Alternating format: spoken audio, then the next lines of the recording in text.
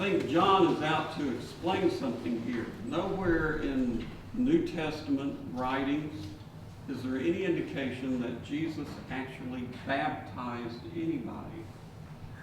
And John's telling us that there's a reason for that.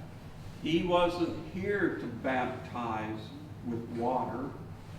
He's here to baptize with the sacred breath of God.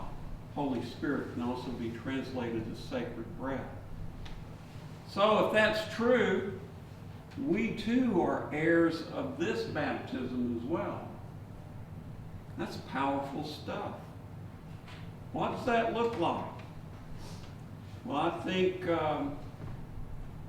probably one of the best examples from our modern day of being baptized and living into that baptism of Holy Spirit is Martin Luther King Jr.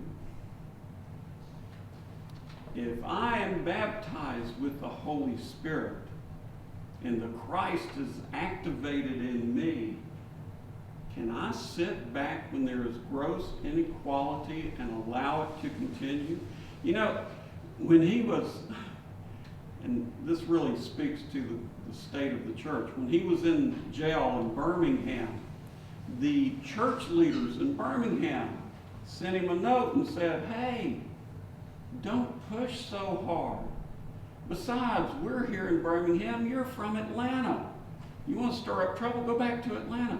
Let's just, things are going to change. Just take your time.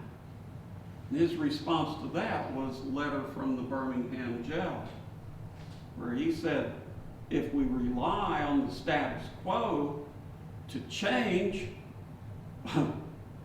what's going to change? Nothing. But God calls each and every one of us to respond to the inertia of the status quo and to speak truth to power. It's costly. Tomorrow we observe a day where we recognize Martin Luther King Jr. Is that day going to be spent with laments?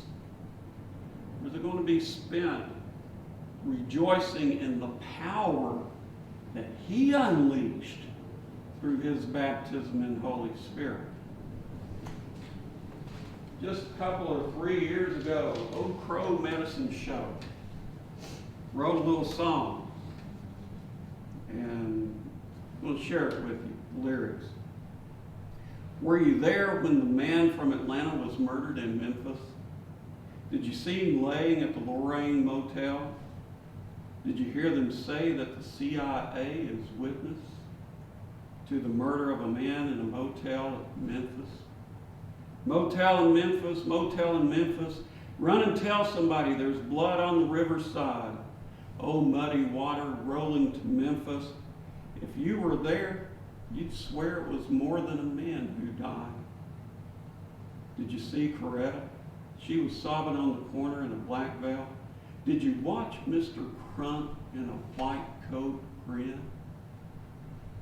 Did you walk down river where the cottonwoods are swinging with ghostly bodies of men? Motel in Memphis, motel in Memphis. Run and tell somebody there's blood on the riverside. Oh, muddy water rolling to Memphis. If you were there, you'd swear it was more than a man who died. Were you there with Mahalia wailing at the funeral? Did you watch them lower his casket in? Did you tremble when you thought about the future and cry out for a martyred man? Motel in Memphis, motel in Memphis. Run and tell somebody there's blood on the riverside. Oh, muddy water rolling to Memphis. If you were there, you'd swear it was more than a man who died. Was more than a man. More than a human being. Each and every one of us, by virtue of our baptism in the Holy Spirit, is called to rise above the base nature of humans and to become a real human being empowered by God's own Spirit, empowered by the activation of Christ in us. We can lament the passing of Dr. King, but if we are stuck in that lament, we're doing no more than what those leaders in Birmingham wanted. We're going to be stuck in a status quo. We're going to be stuck in sorrow and despair. And we're going to miss the most important lesson. Dr. King unleashed hope. He unleashed hope on our world. Not just the United States. Not just that the plight of African Americans would get better. He released hope on me that I can overcome my prejudice. He released hope on every other ethnic group out there. We can overcome our prejudice. We can overcome prejudice against gender differences, male and female. We can overcome prejudice against sexual orientation, people who are oriented differently from us. And when we overcome that prejudice, a new world emerges. And we've seen that. We are a part of it emerging. But if we're going to be true to the hope released by this martyred man,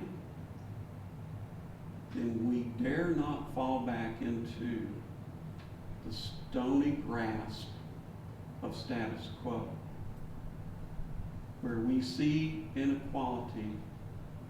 It is our voice that needs to be heard. And if my voice, and if your voice isn't heard, then hope is lost.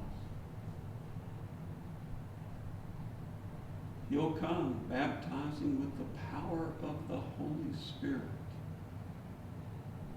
And that power gives you and me the ability to speak truth